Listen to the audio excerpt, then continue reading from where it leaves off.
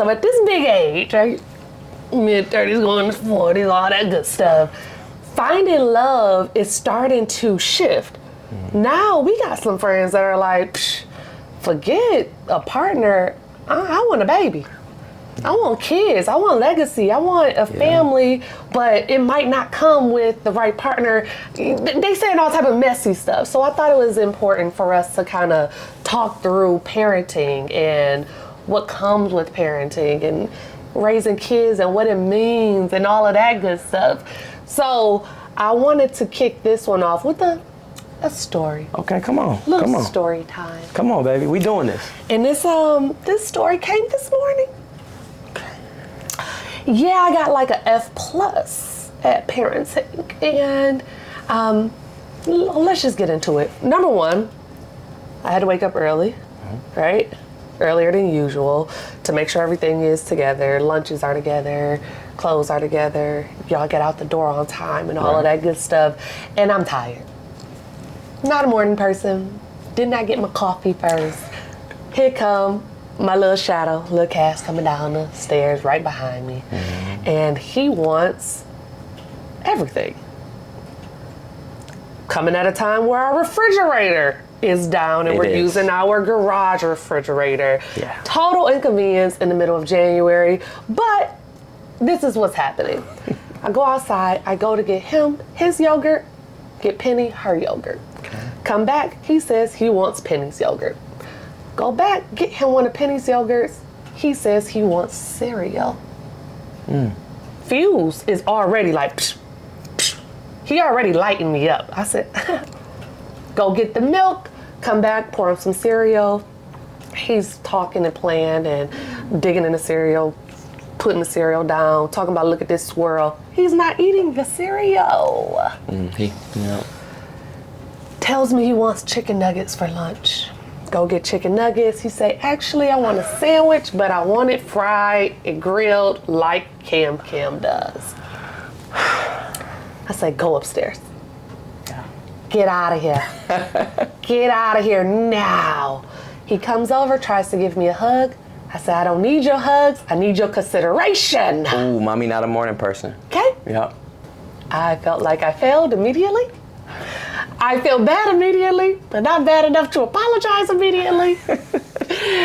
But I'm already prepping for when he gets out of school. Okay. He's going to see that more patient mommy. He's going to see mommy love on him, mommy catering to him. He's going to get whatever snack he wants, any shape he wants to cut in. I already know that. And that is one of the things that parenting is all about. It is regrouping and revamping and pivoting on an hourly basis. Because I'm not who I was this morning. You know, like I have a little bit more patience now, and I get it. He's a morning guy. He wakes up and he's ready to go. Yeah, he's ready. He's like, I'm alive, world, and I'm like, I am dead, world. So, and that's something that I think is really, really important, and I think that we have continuously tried to become experts in. Yeah. Like, if we having a bad day, they don't care. No. And to your credit, it threw you off too, because in the morning you're a machine, right? Yeah. You get up, you're like, shower, iron the clothes, go do this. He threw you off. He did. Because typically, our son can be very dramatic. So on a school morning, he doesn't mind fake sleeping in a little bit. True. That's so true. It was different this morning. Yeah. To your credit, baby, because he got up, he came into the bedroom. You know, I was trying to help you out, iron some clothes, and he said, "Daddy, where's mommy?" And I said, she's downstairs. What's up, man? Yeah. She was like, well, I think she's, in the garage, because our fridge is down. I was like, no, I mean, she'll be in soon. She's making your lunch. She making something. He was like, all right, I'm going downstairs. So, to your credit, he threw off your routine. He did. Okay? He did. So I got to throw that out there. Yeah. All right? Yeah. But yeah, no, you're right. I mean, so Thank you for that. Yeah, but he wants to be right with you. He wants to be right with you. So I'm glad you focused on when he gets out of school. Yeah. And the next steps, right? But you just said something really important. Our kids do want to be right with us, right? Yeah. None of them, maybe Savage Penny. Maybe she might not care. But our kids typically want us to be good, right? Mm-hmm. They want to protect us. They want to make sure that we don't feel angry, sad, or anything.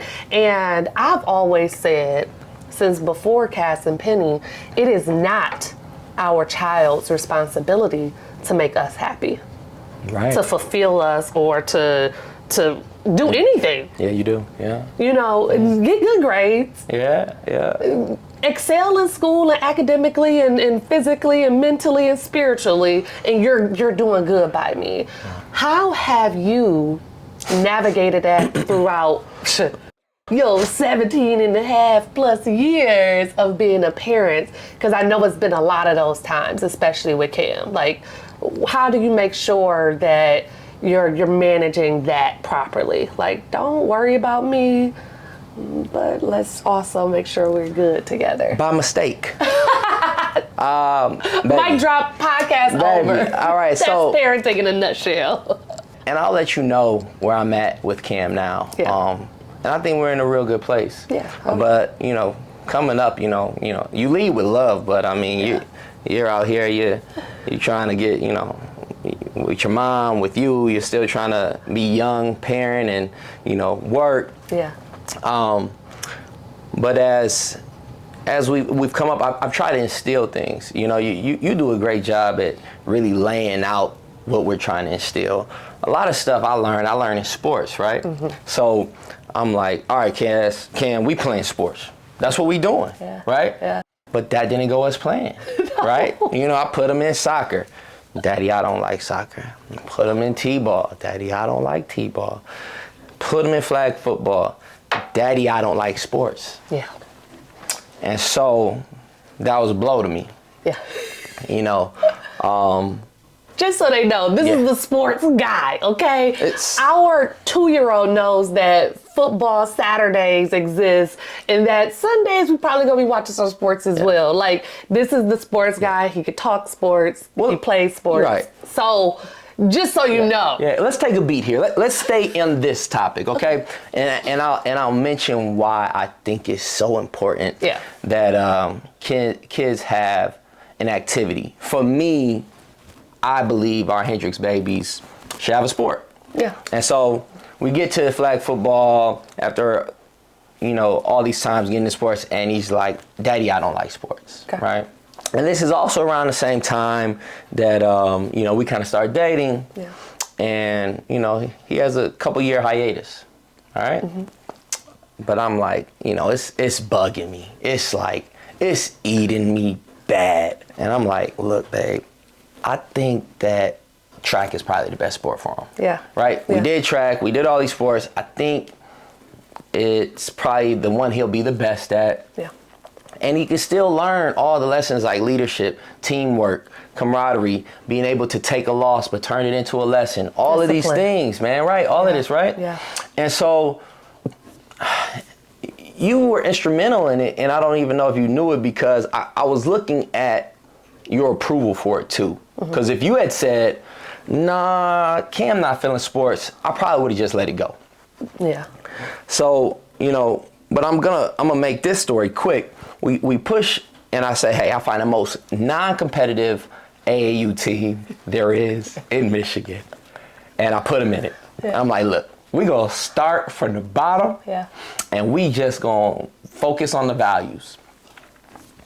And, the season was a lot of, how long is this track meet? I don't want to go. What are we going to do after? But at the end of the track season, there was Junior Olympic qualifiers, right? Mm-hmm. We're there. We're at all the track meets. And Cam, in this big crowd, runs out of his mind and qualifies for Junior Olympics, right? And so now, unfortunately for Cam, he's got to run at AAU National Championship. And so he runs and he PRs, personal record, best time. He was ranked to be like a top 100 kid. He is like top 28 in the country. And he's like, you saw something happening. Instantly. You saw something happening. Yeah. All right? No. And so the next year, he starts elementary school track. He's the youngest guy on the team. First track meet out the gate, he's nervous, he's scared, and he just kills it. Yeah. He wins his races. I mean, he finds out that elementary school track is not as competitive as AAU school track, and he instantly becomes cool at school. Yeah. He instantly becomes a leader on the team, and he starts these brotherhoods. And I segue that all the way up into high school. They win state championship. He has brothers that he calls his brothers. Yeah. Great kids. I love these boys. Yeah. And I think a lot of his process on the track team was part of his development in becoming a young man. Oh, yeah. Right? Absolutely. So that is the sports thing of it. And so I'll say, going back to your original question of how I navigated it all these years, you know, a lot was mistake, a lot was trial and error, because I think as a parent, you also try to see what you were missing and what you needed. Absolutely. Right? And although my son does have some commonalities and we do have similar interests, he's got a whole lot that's just not me. Right. Right? And so I have to meet him where he is, right? And so this has been a big transition year for me, as you know, babe. Yeah. I've talked to you about it. I've talked to Cam about it. I probably over-communicate with Cam, but I can be an overbearing parent because I just want to make everything great for them.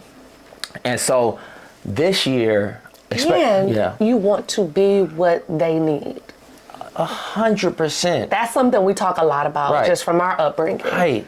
Like, we had great parents, but they weren't always what we needed in that season. And we want to present a space of comfort for them to come to us. Yes. I haven't mastered that yet, but we're working on it, right? Absolutely. And so since the end of the summer, I've been like, look, Cam is only going to be with us until he graduates. Yep. And I remember it like yesterday. And then he's going to be like on his own. And so I have to step off. I have to let Cam make decisions. As long as he's like being respectful like he typically is and handling his business, all I can ever do is suggest. Right. And it's been tough, you know, because I want to say, hey, son, you know, this, that, and other. But to his credit, he has stepped up. You know, other than the 17-year-old not doing the dishes the way he should, or maybe missing something for the most part, or being a little bit late for trash day. Look, he's been solid. And my suggestions, I find that me pressing him is not as effective as my suggestions. So where I might have said to Cam, son, are you doing everything you should be doing for studying? Did you train today? I don't do that. And because of that, and I might say something like, hey, son, you know, or I might offer myself to him. Hey, son, you want to get a workout in today? You know, and I allow him to come back to me, you know, or I'll say things that are only suggestions, or I'll say, hey, son, I would have done it that way. And man, it has been better. Our relationship has thrived. We talk so much more freely. Right? Because I think as dads, man, especially when you get that adolescent sons where he's just trying to find his strut, his walk, his place in the community, his place as a man, and you trying to check him or count every little thing. At the end of the day, after he goes to college, really, you should be a resource for them. Right? And so, look, man, we working through it. We also, and I'm paraphrasing and probably going to mess up this age, but I sent you a psychologist talking about the development of children and basically how those early years is when you're the most impressionable on them. And past, it was somewhere between 12 and 14 they ain't listening to you no more. They kind of leading by their own understanding. Wow. So all you can do is be that staple, that resource, that example. It's no more of you punishing them or yelling at them or checking them is not really going to change how they exist in the world. It's so much of their environment, of life experiences, and all of these other factors that come into play. And to me, that was like, oh, wait a minute. Yeah. You telling me that this kid that he play with every day might have more of an influence than me, who's reading books and talking to, professionals and making sure that we're doing everything right. We are not going to influence them that much. That was like, for me that likes to be in control, I was freaking. But I think that it gave you that charge to really shift the narrative in how you were communicating with him, and knowing that, of course, we're not the 18 and out type of family. Right. We're done with you after 18. But we are very realistic in knowing that when you go to college, especially if you go out of state, you ain't running home every weekend. You're not, maybe we don't. Well, we better talk every day. I don't care what he's talking about. But maybe we don't have those extensive conversations. It's just a little check-in or something here and there. And they are going to be making their own decisions. Like, he is about to be in this world deciding if you go to class or not. Deciding if he works out or not. Deciding if he is going to, practice Christianity or explore something else or start bringing out the crystals and beads. I don't know. He's at that age where he's going to make adult decisions for himself. And I think that you've done an incredible job of showing him what a man is. And it's like you said, it's been a lot of trial and error. But he taught me so much about parenting. I mean, and just in a looking at what y'all were doing type of way. Yeah, but even with that, babe, I would say that with me and Cam's relationship, your voice was a voice that I think was a safe place for me and him. That was you were the secret sauce. Baby was the secret sauce for me and Cam for many years, because when we might have been not seeing eye to eye and I might have been pressing too hard, or he just might have been just through with me for that day. Her voice to him in those conversations not only, I think, helped him get perspective, but when she would come back and talk to me, you would give me perspective, right? And I think sometimes you might have done it intentionally, but sometimes I think you just sharing with me the conversation allowed me to hear your soft voice with him, the response you would get with him. And man, you just, be in that place of just real conversation, and not just barking was like so impactful. Which is why though too, bonus moms and bonus parents, if you can develop a relationship with both parties. Right.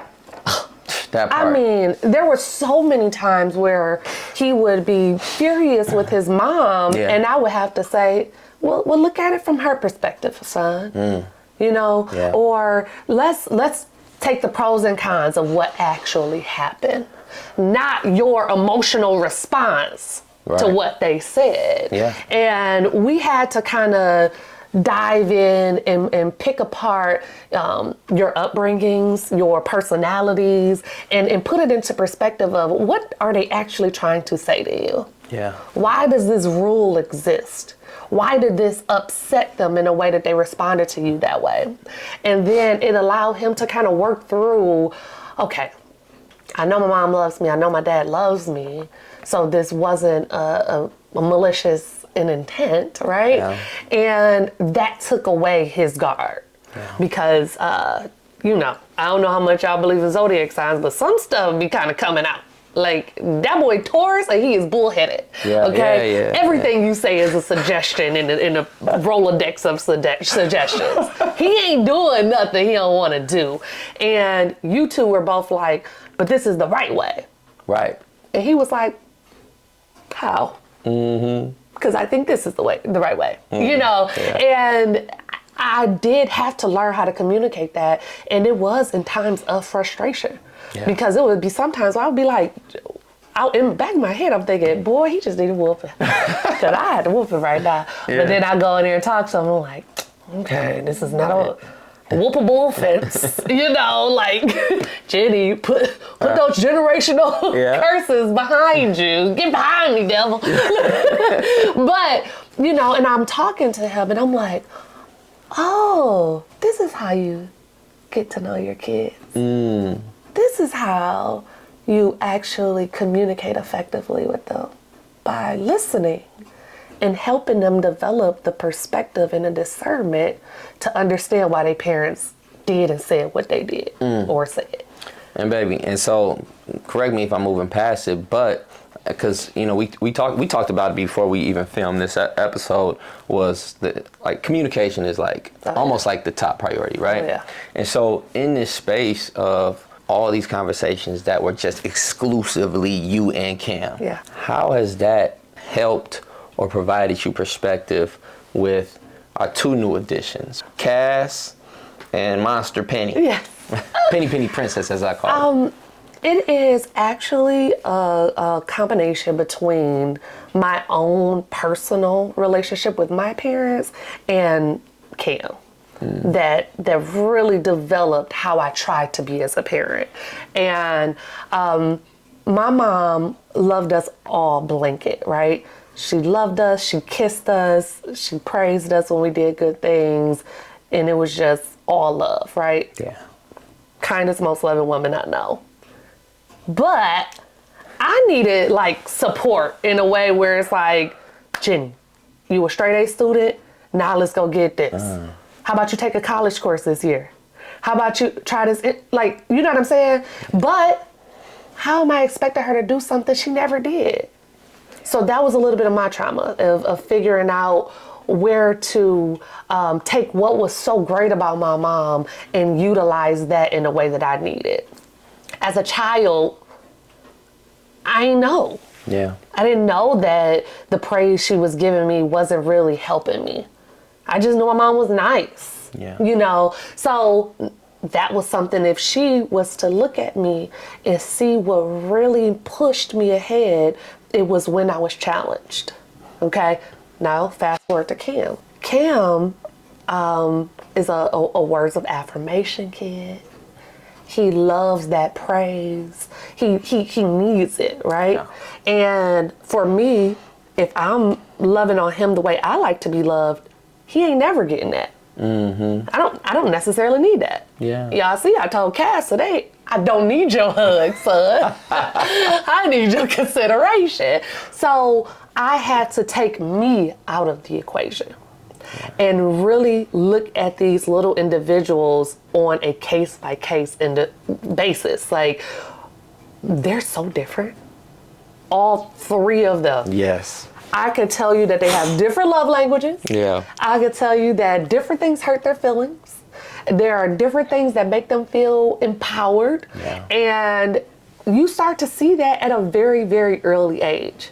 I would say as soon as you see your kid, like, giving a little personality, it's before they're talking that you get to see your kid. Yeah. You know, so, and watching and studying and really paying close attention to Cam, I have been able to see what nuances show me and shift me into thinking about how to communicate with him. Yeah. You know, while he is not a forthright person that's going to come to you and just spill his guts, he definitely likes to talk. Yeah. Right? And he also wants to feel listened to and heard and seen. For sure. And that is something I thought was very impressive and beyond his years. Because I remember, you know, having some conversations with this little 8-year-old, 9-year-old, and being like, dang. Yeah. That's what you took out of that situation? Okay, all right. You're very in tune, you know, where I would have been like, I just don't want my mom to be mad at me. He was like, my mom thinks this, I think that, and I'm trying to tell her that. And I'm like, oh, okay. Interesting, young man, boy. You know, so really looking at the individual is what you want to know. And going back to how I even opened this episode up, a lot of times we think that finding love in a child is going to be giving them the things that we didn't have when we were growing up. Or, you know, having somebody that's going to love you unconditionally. And yeah, all that might come in it, but it is a lot of intentional, specific, hard work that goes into really creating a space that is safe and productive for these children. And if you're not communicating to them and with each other, man, what are we doing? I mean, how many times at night we've been laying in the bed and I was like, what'd you say when he said that? Yeah. And I was like, dang, I said this. And we were like, all right, let's tackle it again tomorrow. You know, or I told him that I need to think on that. I need to take a break and figure it out. And then I had to get my answer together. You know, instead of just nothing, you know, even in tax and accounting, I always tell business owners, like, don't make an emotional decision. Like, ever, in anything. And that same thing applies to our kids. Like, if I am emotionally charged when responding to them, they get in whoopings. Period. All day, every minute, okay? That can't be the space that I operate in. You know, so all the things about gentle parenting and, you know, using this word versus that word, it is all great in theory. But in practice, I think that gentle parenting is just taking you out of it. Taking your busy, crazy day out of it. Taking, you know, bills out of it. Taking financial constraints out of it. Just taking that out of it and fully being available to what that particular child needs in that moment is parenting in a great way. Forget gentle way, you know. And also it is about providing life perspectives on their age level. You know, so if I tell Kaz to essentially keep his hands to himself, it isn't about like not touching.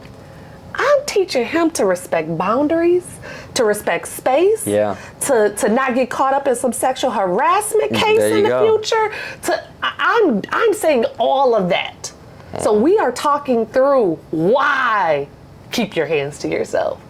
Why we don't touch like that, why we don't pull, why we don't push, why we don't, you know, and that over communicating what you said that you do, I think has been invaluable in us as parents. And I think too, babe, and you do a good job of it, and I think I am evolving, is being in tune with your child, right? Parenting is not a bystander role, right? No. It's being in tune with your child, being intentional with your child, and just always understanding the goal. And so for my boys, at least, my evolution has led me to a place of believing in a sport, at least a sport, but also in teaching structure and organization.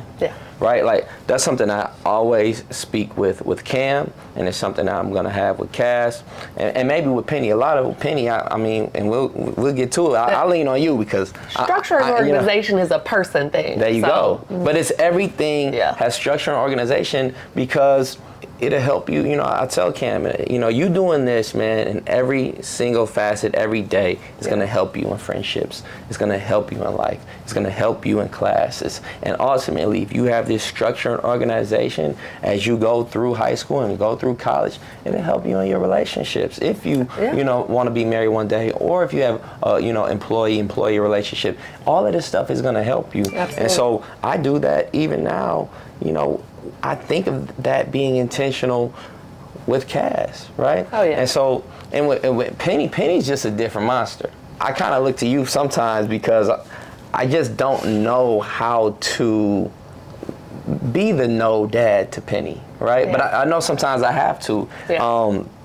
But a lot of time, as far as how we're bringing her up, I look to you. And now that we have our baby girl, right? You know, we've been used to boys, you know, me 17 years and you about a decade now. Yeah. You know, like, what's some things that you see with Penny that you say, okay, with this personality, this is how I'm gonna need to be present? Yeah. Because a lot of times I think the personalities show themselves pretty quickly. You know I do. I think she's her personality very early on. One of the things I think with young girls specifically, especially from the dad, is you are loving on them. You are showing them what unconditional love is. You are showing them what feeling protected means, you know. So all of that is great, and is going to be why she leans on you a lot in the future. What I'm trying to do is make sure that there is a balance between how I'm loving on my girl and my boy. My boy, who drove me crazy this morning, is also the same kid that comes up to me and says, "Mommy, you're so beautiful. You smell so great. I love you so much. Oh, yeah. You're the most important person to me in the world. I love you infinity." Yes. Penny ain't saying none of that.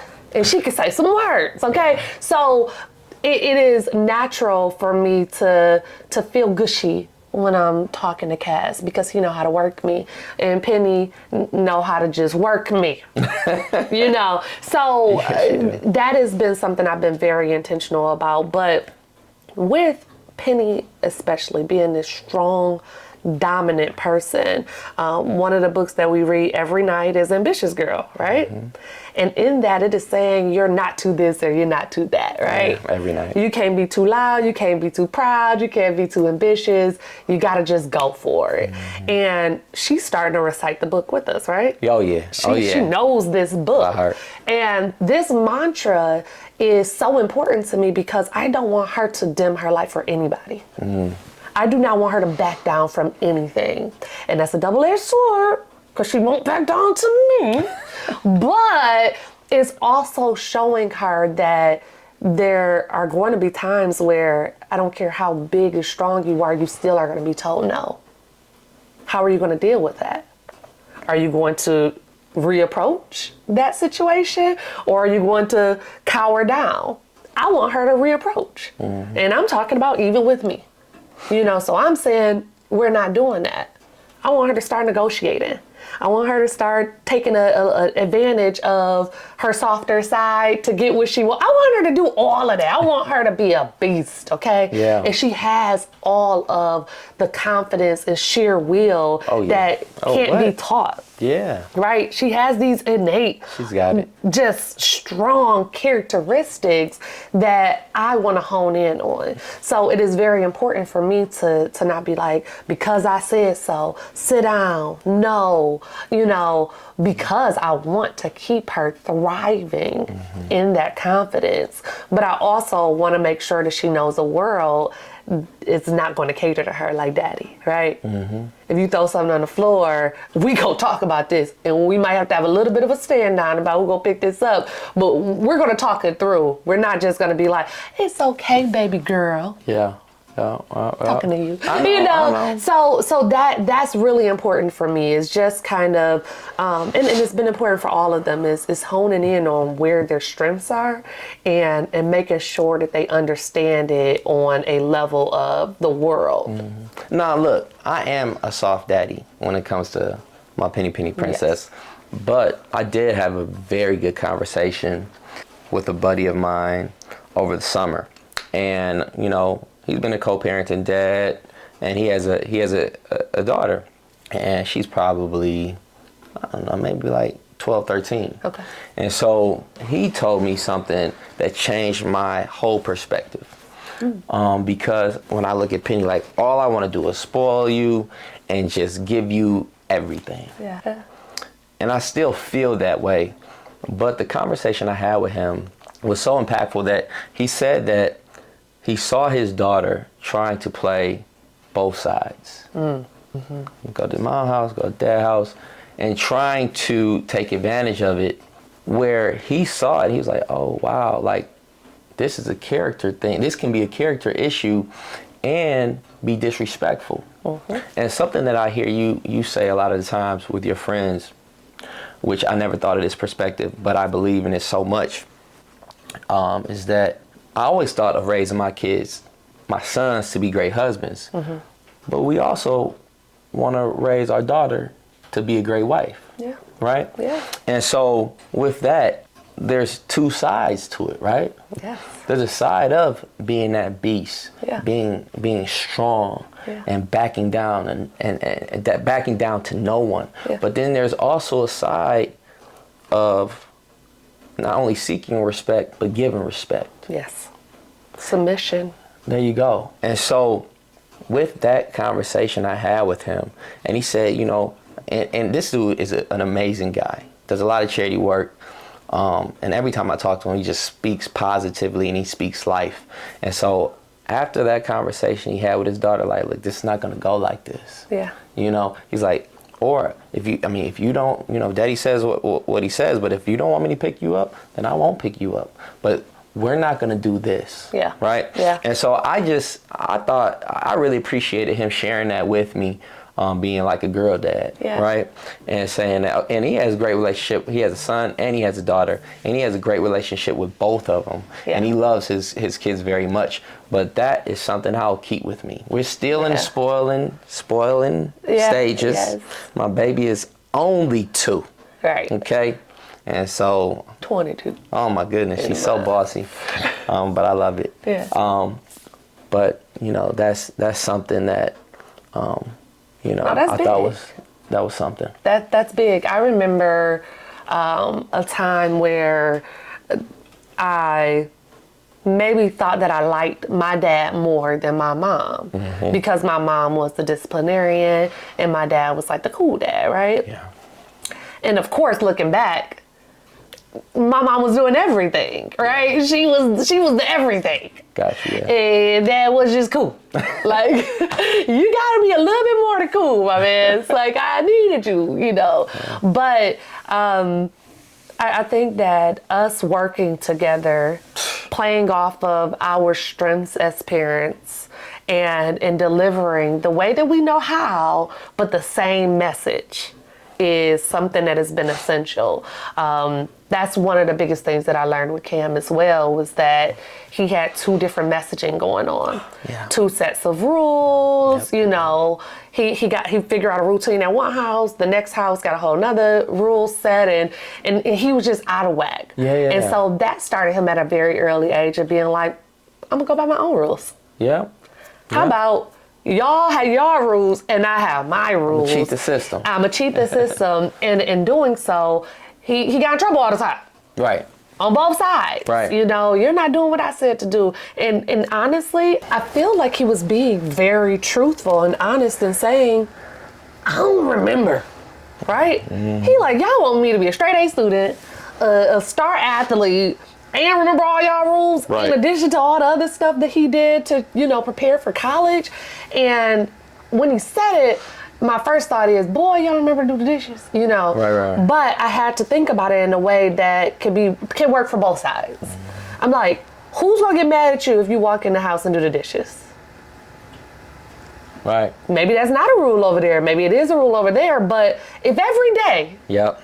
when you get home from school, you just walk in and just do the dishes.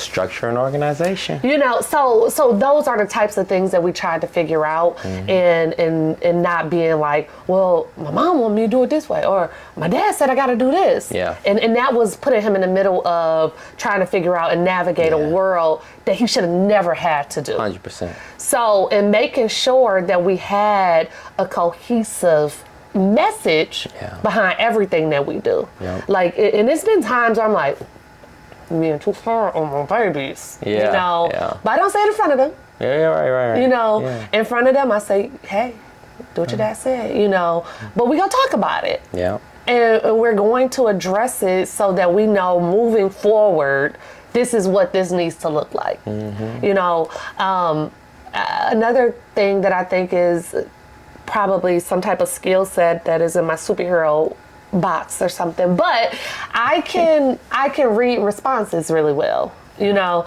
I can see if you're getting irritated or if you're getting confused or if you're whatever, and I can adjust my messaging accordingly, or I can dig into that. Yeah, you good with that. I know that, you know, it's been some times where I've said something to Cam and it's irritated him, but I was trying to spark him. On purpose. And I left it there. All right, son. You have a good night. He never.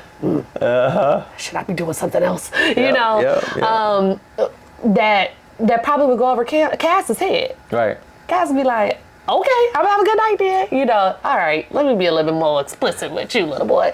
You know, so it's just like the overarching thing is to make your parenting style customizable to each kid, and then the co-parenting style is cohesive and it's a togetherness and an approach that feeds off of each other. Yeah, no, and babe, I think something that we can stand here today and say is that what we learned from Cam is also you just can't parent to the kids you were, right? Absolutely. Because I think a lot of parents think that they're just gonna have this mini me and it's just gonna be beautiful and they're gonna like everything that I liked and not like everything that not like everything I did not like, right? Like that's just what's gonna happen. And so we learned that there. And then the other best part of this is from that co-parenting situation and being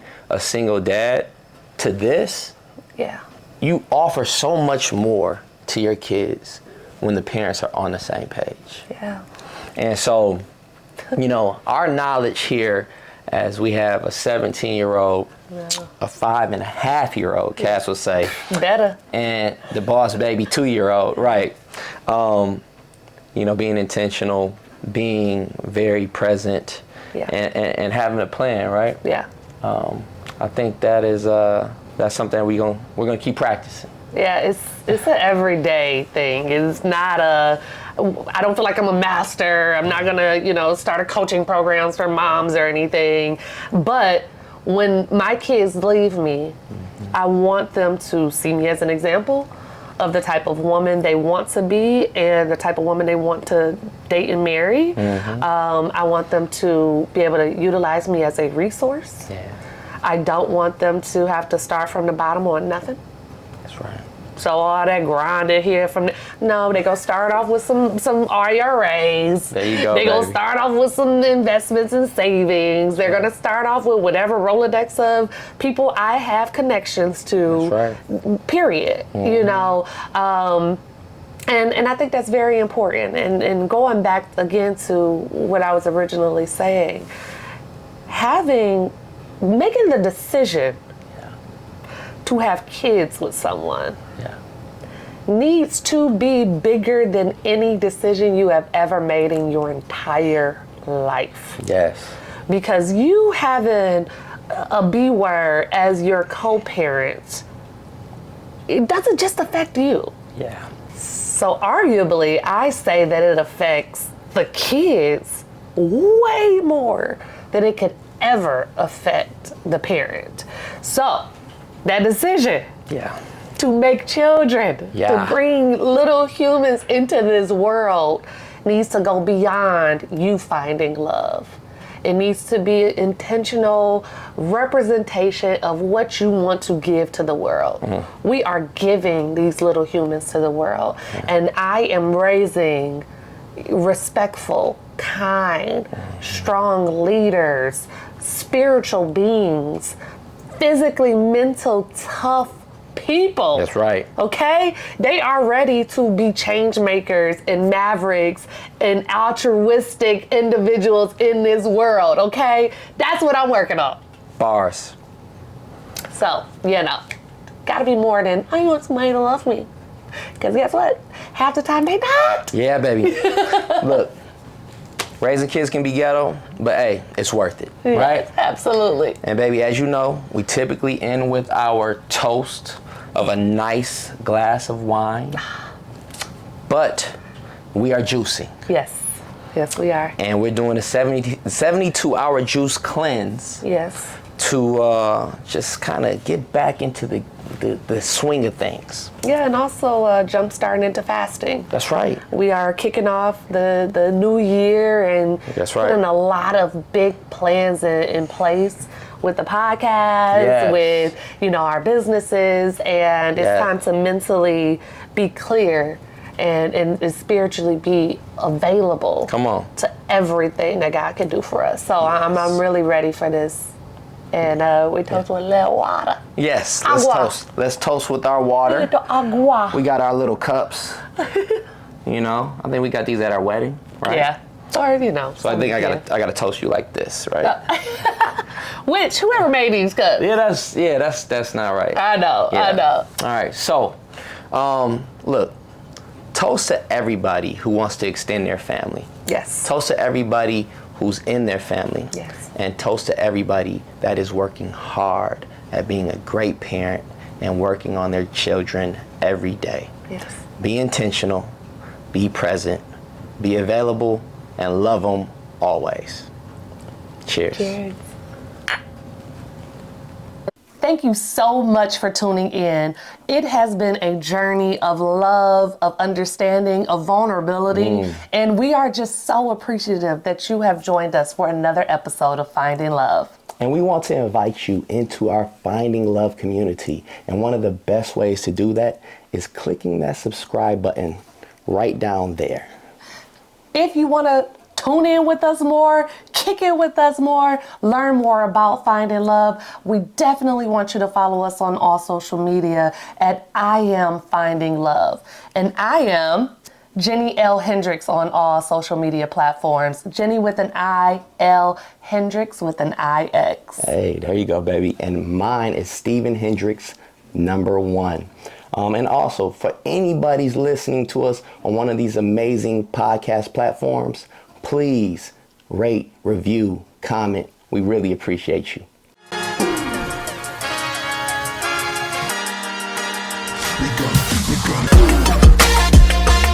Let's get it.